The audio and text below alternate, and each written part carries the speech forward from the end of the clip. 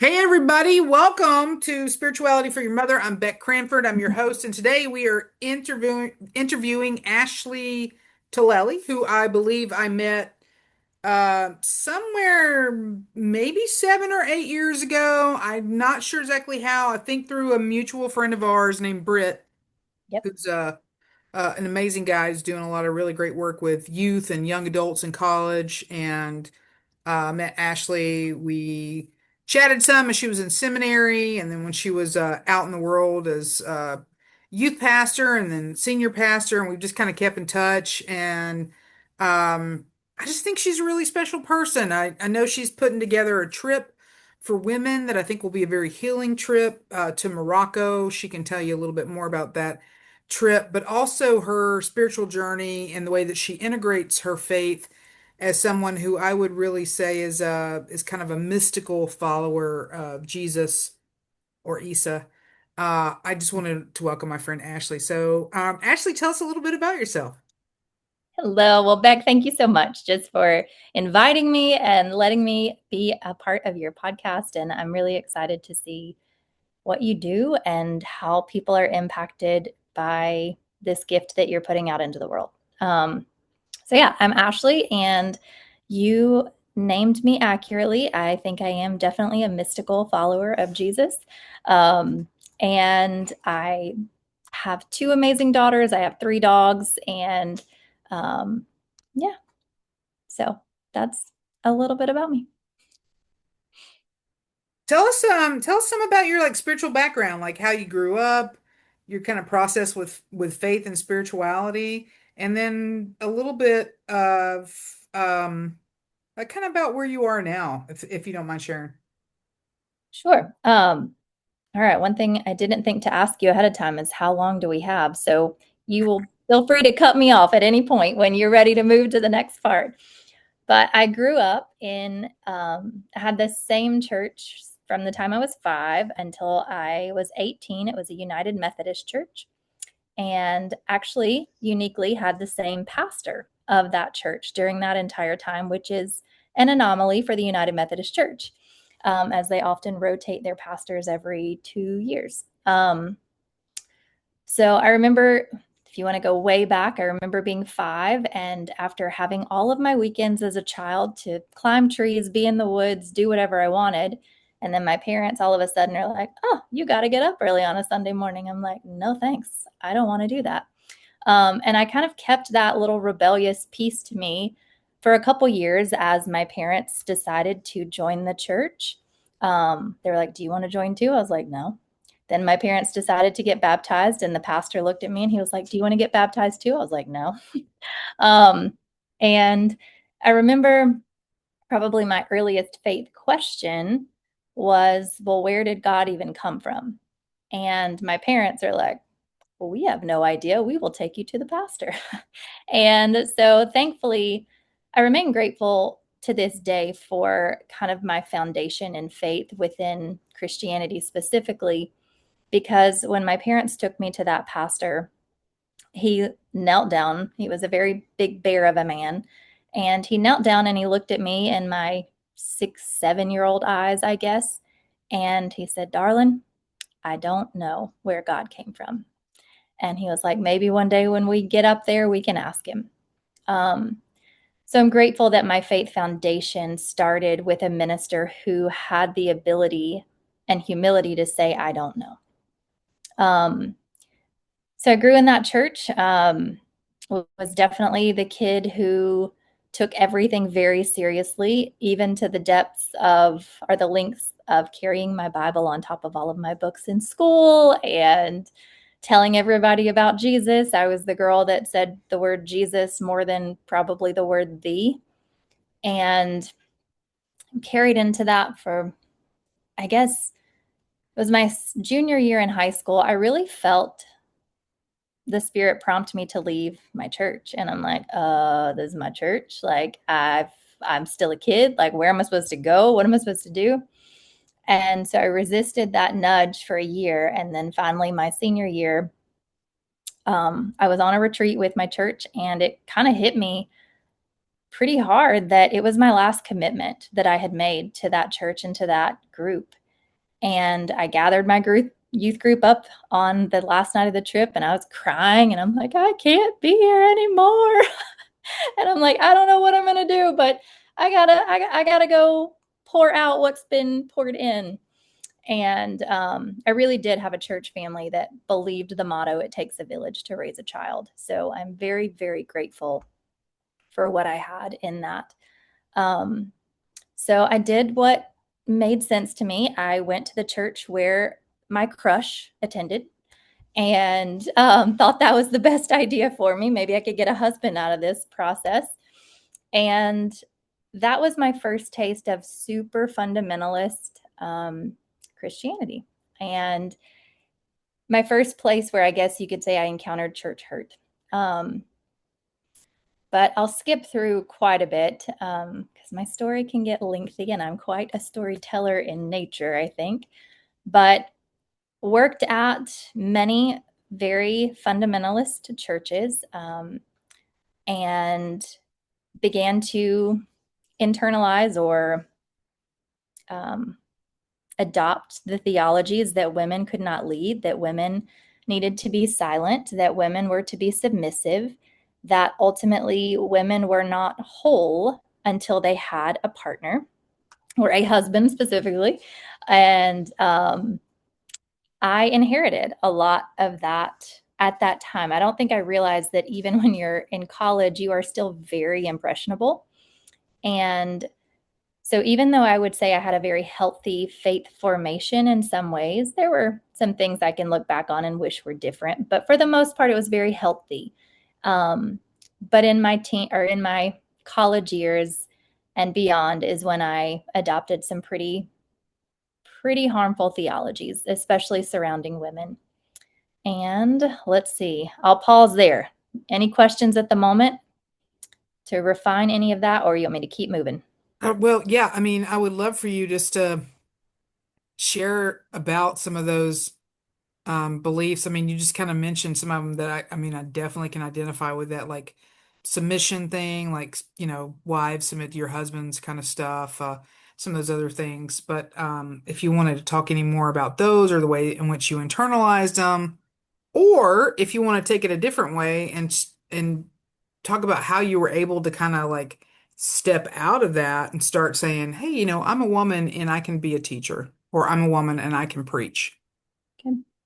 Um, so I think that journey to detangling that harmful theology or those threads of it, it took a long time because even I began to work in different churches, different denominations, different roles. And um, where do I want to take that next? And along the way, through choosing my words here, um, enduring a very harmful relationship for a very long time, um, my value and my worth was basically diminished. And so not only was the church telling me that I didn't have value and couldn't lead and needed to submit in different ways to different male authorities, um, I was also receiving that messaging in other ways and from other people. So it wasn't until I had homeschooled my children and continued to serve in the church, continued to give every Wednesday, every Sunday, showing up faithfully to all the things and genuinely loving it. But it wasn't until I reached a point with my daughters that I realized I didn't really know who I was anymore, that I had kind of given my whole entire life and being to others, and serving others was my identity. And I realized one day that even though our homeschool community, we had many incredible adults, many who are still my friends to this day, and I talk to almost daily. Um, I realized at one point I didn't even know if I knew how to talk to adults. Like I felt so inferior and insecure. And along the way, I had stopped really trusting God. There were some pretty painful experiences that happened that made me question if God was even real anymore. And did God even see me? After everything that I did everything by the book. I did everything that was ever taught to me, and I stayed away from the don't do this, and I did the do this. And so my faith became very fragile. And whereas I used to have a very strong devotion and love of journaling my prayers, eventually my prayers became too painful to write. I didn't know how to face the fact that I was crying out over and over and over again for years and yet felt abandoned. And so over time, I learned how essentially I tell people that I stiff armed God. I'm like, all right, I can keep you at an arm's distance, but don't you dare come close, because I feel like when God would come close in what I understood at that time, then there was more pain and suffering. So it wasn't until breaking through that homeschool piece and realizing I had become a shell of a person.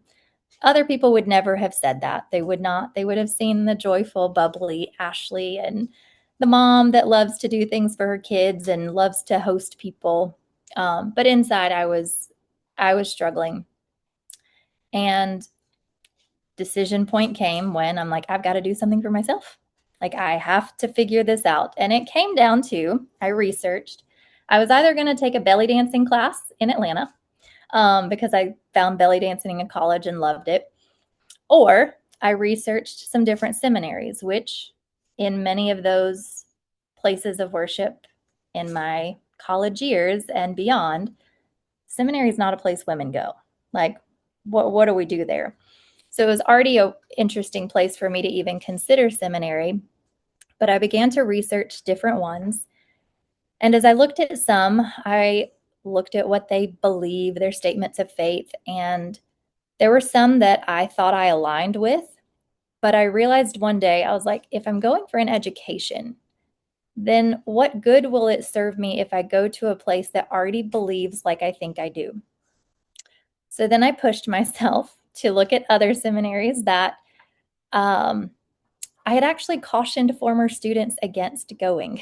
And one of them was Mercer, McAfee at Mercer University in Atlanta. And I decided to start researching it, and they had an auditing course on Dietrich Bonhoeffer. And I didn't know who Dietrich Bonhoeffer was. And I researched the professor. I watched every YouTube video I could find of that professor, anything I could find that he wrote. And I knew going in that I did not agree with a lot of his theology, but there was something about him that seemed very pastoral, very genuine, and that I should at least audit, because it wasn't a lot of money at that time. And if I didn't like it, I just had to leave. There was no strings attached. So so it came down to Bonhoeffer or belly dancing is how it ended up going. And I chose Bonhoeffer. And throughout that semester, so much of, I guess, what I had understood of God was really shattered. In studying Dietrich Bonhoeffer, being a theologian during Nazi Germany, um, there were so many things that I'd never had to consider theologically before. On top of that, I sat next to a woman who was married to her wife. And that was the first time I had encountered, um, in that way, a couple. And so at first I was very uncomfortable. And then one day, this woman was talking in class. And after a few minutes, she raised her hand and she asked the professor, she said, can I say one more thing? And the professor was like, yeah, go ahead. And she looked around the room and she said, I need to apologize to the Black women in the room, because just a moment ago when I was speaking about women, in my mind, I was only thinking about white women, and I need to own that. And I remember sitting next to this woman and I just thought, can I cuss on this podcast? I just remember thinking like, oh shit, like this woman just taught me how to be more like Jesus. She did not have to out loud own the pieces in her heart and mind. She could have just, former theology, taken those to Jesus and laid them at the cross. And been done with it and no one else would have known. And yet she chose to bring that out. And after that day, I realized I had some wrestling to do. And um, so that was the beginning of my unlearning, I guess. And um, at the end of that class, the professor, sorry, my dogs, my Nene, come here, babe. Um, the professor asked me if I would like to consider being an official student, and I was still very frail in thinking that I could not be a master's student. Like, I did not have what it takes to write papers, and I was not smart enough to do that. Um, and he looked at me and he said, Ashley, he said, I think this journey is going to be a risk for you, but you are ripe for the journey. And um, so I began seminary in a place that taught theologies that I'd never been exposed to before, theologies that were actually loving and gentle, that weren't afraid to name harm when harm was happening and take action, but also able to care for people in ways that I was taught we shouldn't care for people previously. So, um, so that was so, and in seminary is where I learned that women can lead and women have been leaders within our biblical context, and the ways that we have really misunderstood and misinterpreted our sacred text in ways that have been really harmful. So there you go. And then I guess I could say to lead up to, I'll for the longest time too, I believed that God hated divorce and that women could not divorce in any way. And I believed that if I, and many people from my previous places of worship would tell me those exact words. And I also believed that if I was a divorced woman, that I would not be able to serve in the church. And I have always had a very deep love for the church. And um, and it was in seminary where I was able to unravel that piece as well, that there are more reasons that it is okay and actually encouraged and necessary to divorce, and that God would not hate me, and that God would still be able to use me in ministry. And interestingly enough, when I came to the end of seminary, I also came to the end of that relationship that had lasted 17 years. And I didn't expect to end seminary and need a full time job, but there I was. And I remember crying on the associate dean's couch every single week in my final year of seminary as I worked through this divorce process. And I was like, I'm going to be a barista for the rest of my life. And she's like, well, do you want to be a barista? I'm like, well, I mean, I think it'd be fun, but I don't know if it's what I want to do. And she's like, well, if you want to do it, it'll be fine. If you don't, Ashley, you're not going to be a barista for the rest of your life. And so, and at the end of that journey, I ended up getting a phone call from a church, and they had me come and preach a couple times. And after that, they said, Ashley, we want you to be our pastor. And I kind of broke down and I was like, sir, do you know that I'm a woman? Number one, because it was a church that had never had a woman pastor before. And I was like, sir, and do you also understand that I'm going through a divorce? And therefore, I will be a female divorced pastor in a very recently, it actually at the time, it was still Southern Baptist. And he, on the phone, this Southern man just said, ma'am, that's not going to be a problem for us.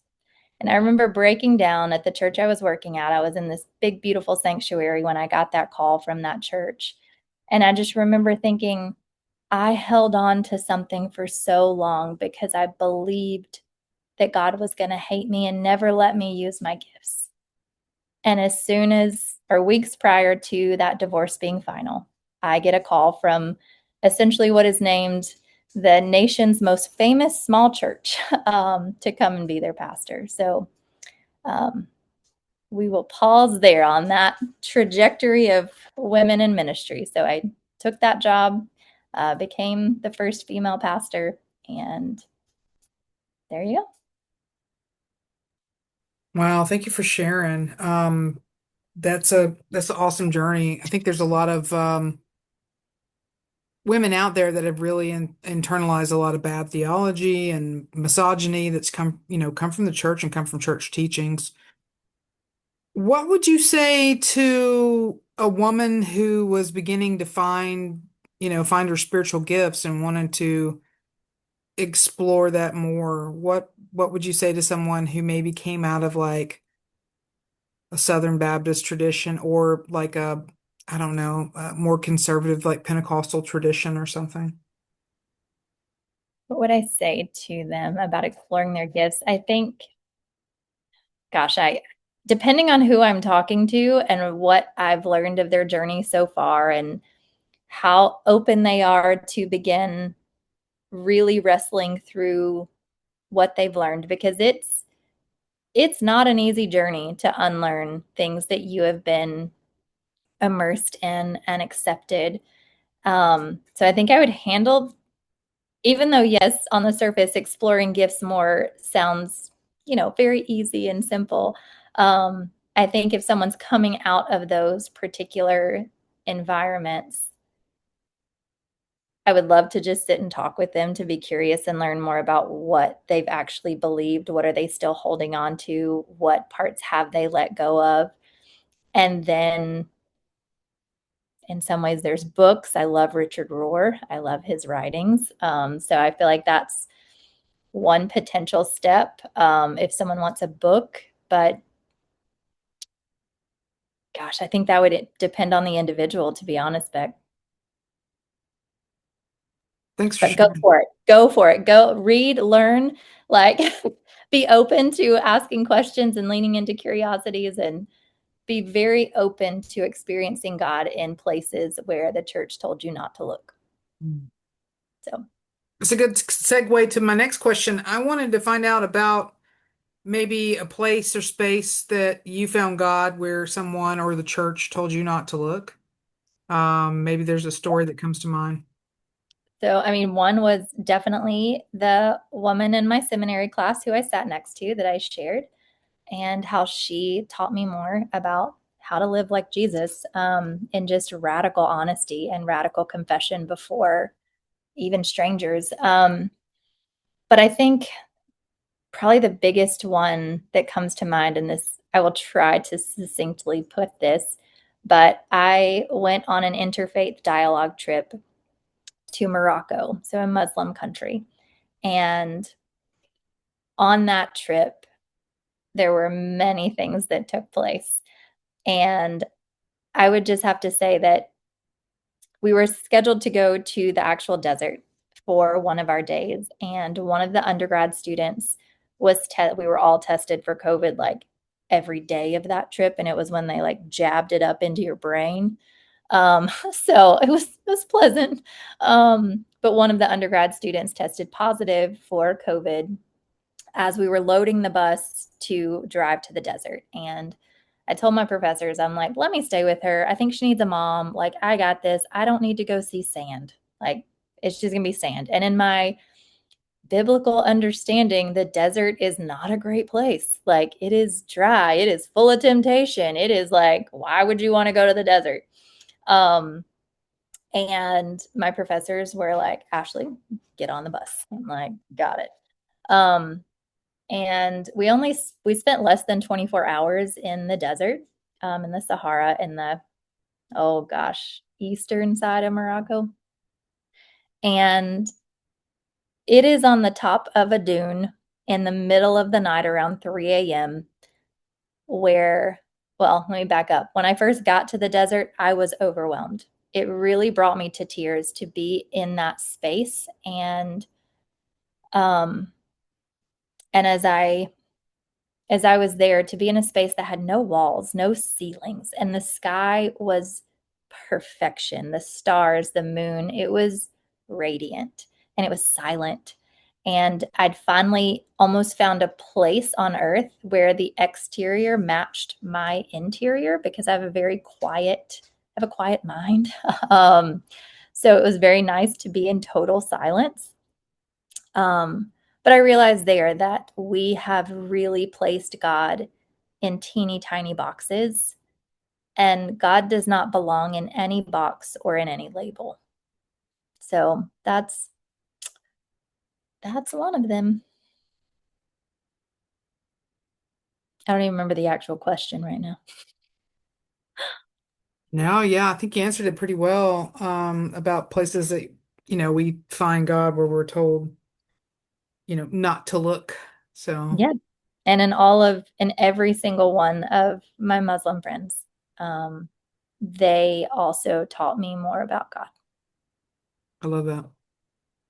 I experienced finding God in a lot of places I was told not to look. Similar to you, I'm kind of an interfaith exploration. It was like an urban ministries summit in Chicago, and we went to like to hear some speakers, and I met a rabbi there named Menachem Cohen, who was at the time doing this like punk like Torah thing, and he had dreads and a kilt, and he looked like Jesus, like punk rock Jesus, and he was just beaming with the Holy Spirit, and I was like, what?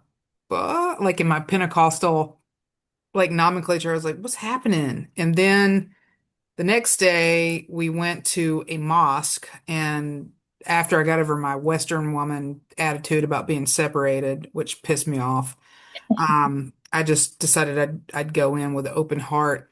And I watched this woman just like lift her hands, and she was just praising God. And I was like, holy cow, like she was in communion with the divine. And I saw it, and I was like, that's the Holy Spirit. And I found an interpreter. I forgot where I can't remember. I think she was from Pakistan, but I found somebody that spoke Farsi and walked over, and I was like, wow, your love for God is amazing. And she was like, thank you. Are you Muslim? And I was like, no, I follow Jesus. And her eyes got big, and she like stepped back, and I was like, no, no, no, I'm not one of those. I'm so sorry, whatever we've done to you. I'm so sorry. But I could see like the trigger reaction, and I was like, oh my Mhm. God, like I'm not here to like bomb you or kill you or convert you by the sword kind of a Yes. Christian, and I'm so sorry for them. Um, and then she leaned over after I said I'm so sorry about that. She leaned over and she said, "You're one of the enlightened ones. You're one that's truly filled with light." We And got a visitor. oh, hey, baby puppy. This There's is a Penguin. hi, One of penguin. Hey, Hi, puppy buddy. doodle. He's the man of Yeah. the house. Dogs are definitely a place and a space that has taught me a lot about God as well. Ooh, I'm glad you said that because I think probably my earliest mystic memory of myself is the dog that I had for a very long time. Her name was Bama. She was a border collie mix. And I remember taking her to Kennesaw Mountain. And when we would get to the spaces where there were very large fields, I would, I guess, break the law and I would let her, if there was no one around, I would let her off her leash and I would just watch her sprint. And she would run with such freedom, with such joy, such just like nothing holding her back. And it made me see God in those moments. And I'm like, and that was, gosh, I was early 20s at that point. Maybe not even 20, I don't remember.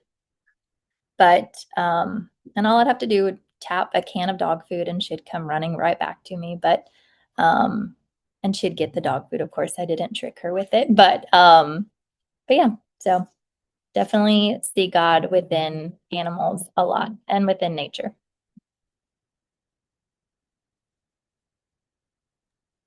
Um, let's talk a little bit about people that are attempting to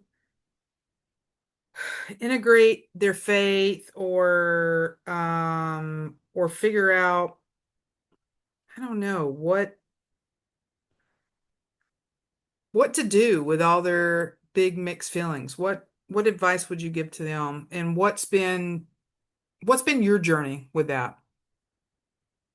What to do with big mixed feelings, specifically over like questioning, writing this one down. Yeah, Um, that's a great start. Questioning is just, I don't know, it's so much of what a disciple does is to question, right? Like Jesus yes, taught his disciples to question and to think, but unfortunately, a lot of America evangelicalism is just blind followers. yes. Questioning gets you punished, and made small. So, I mean, I think once the questions come, there's probably more than two options, but essentially they can choose to lean in with curiosity and follow those threads where they go as they tug at them, um, and be open to what they find and be open to possibly coming to the realization that what you have been taught has actually been harmful, and therefore what you may have been teaching has been harmful. Um, but then you have the opportunity to learn and change that perspective and um, go a different way. Or people can, because it is hard work. It is not easy work. It is excruciating work, especially if you've been in your specific faith, in your specific church for a very long time and you don't have any other context of faith and spirituality outside of your bubble. So you can, it's getting to the point where my dogs are in their nightly fight. It's a play fight. Um, so I can try to put them out here in just a second. Hang on. Can I pause for 1 second? It'll take me like literally. It's so funny. The Ashley's experiencing the dog fight. I earlier had to put my lovely dog outside of this room because she was chewing on a bone loudly. And then my cat, Steven, as some of you may know, Steven, he decides to start meowing loudly too. Like they all want to be involved. They want to be part. They want to be loved, held, touched, cuddled, fed. Mostly my cat wants to be fed, but that's kind of the thing. So it's an interesting relationship with our animals. I hope you're enjoying the podcast. I want to tell you guys to please share, to follow, to like, subscribe. It really helps the channel out and it helps me out as an up and coming video blogger, caster, nerd thing. So, up back to Ashley. Ashley, I was just talking about how I this evening my animals were all up in my grill earlier. So yeah. Yeah, they just around 8 o'clock ish. They love to just get in the living room and they're loud for about 10 minutes and then they're ready for bed. So it works, but not great timing here. So, yeah, the other, I think I was maybe saying, you can choose to ignore the curiosities that are rising within you and ignore them and choose to dig deeper into what you've always been taught and leave the questions aside. But I think for those, if you genuinely want to grow in your spiritual journey and you're open to being wrecked by what you find, I would highly encourage you to tug at those strings and those questions and those curiosities. And there are many people who are doing this as well. I don't know how some people do it alone. I have met people who did not have a seminary community or a safe church community, or even a safe friend sometimes. People can be very defensive in what they believe. So, but there are people that you can reach out to and reach out to Beck. You can reach out to me, and be happy to be part of your community. Well, as you reminded me about like ignoring those curiosities and kind of becoming further entrenched or like opening up with curiosity. I was just kind of thinking about the Matrix a little bit, the throwback to some 25 well, I don't know, maybe 30 years ago now when it came out, and it was just kind of that question like, The red pill or the blue pill? which one do you want to take? Yep. Which choose your own adventure. Yep. Speaking of choose your own adventures, this trip for women in Morocco, what are your hopes, expectations? Tell your audience members a little bit about it and then how they can get in touch with you if they're interested. So, as I shared earlier about Morocco and the desert really transformed my life. It literally changed the entire trajectory of my life. And I genuinely feel like I experienced, I guess, how do I word it with others? My soul was unlocked in the desert. Um, and I came to the realization that I was not free and that I had not been living in the freedom that we're intended to live in, the freedom that my dog Bama had when she would run not on her leash and just be able to take off. So, my hope is that by taking women of all faiths, women who do not have a specific faith that they claim by name, that we would be able to come together and begin to lean into the things that we have in common versus the things that we are told over and over are meant to divide us or meant to keep us separate, or the things that we're told, oh, well, we're better because of this, or we follow the true path because of this. To begin to break some of those pieces down. And I feel as if the desert is the perfect place for that because we're already in a place that has no walls, no ceilings, no boundaries. And the food is delicious. The people are amazing. Um, and I understand the desert may not be for everyone, and that's okay. But because it has had a profound impact on me and my life, I've watched others. So I've been back by myself to the desert many times. And I remember one specific girl. I cannot remember what country she was from. It was a European small country. I remember that part. But she was on a tour and she came in one night and she was crying, and I noticed her and I just went up to her for a bit and I was like, "Hey, like are you okay? Is everything okay with your group? What's going on?" And she was like, she goes, "I think something's wrong with me." And I was like, "Why?" And she said, "Well, everyone I'm here on this group with, they're all on their phones and they're just hanging out like nothing's happened." And she said, "I am moved to tears by what I'm seeing here in the desert." And I just looked at her and I was like, there is nothing wrong with you. I was like, you just have a desert soul and you just found it out. And so, yeah, to bring women, to have dialogue, to sit in silence, um, to learn from one another, to lean in with curiosity, would be able to go visit the nomadic people and share meals with many of those individuals and swim in the pool depending on what time of year we go. Contrary to popular belief, it does get very cold in the desert as well, even in Africa. So that's a little bit about what I hope to do. And people can contact you best through. Probably at this time, I would say email is going to be the most consistent. I tend to not always be as consistent on social media and checking that. So my email would probably be best. So we can, I guess, link that, or do you want me to share that right now? How Yeah. does that work? What I'll do is I'll put it in the text there, but it is Ashley Tilelli at Yep, gmail.com. So that is and it. I'll get it spelled out and put up there on the screen. Okay. As you were talking about the desert, I was just thinking about all the times that, it's the place where prophets are restored. It's the place where prophets are fed. It's the place where the profane becomes the sacred. It is the place where the woman in Revelation 13 is cared for and held. Are you serious? I don't think I knew that. Yeah. Yeah. I So, used to study Revelation a lot when I was younger, but then as I got older, I stayed away from that book.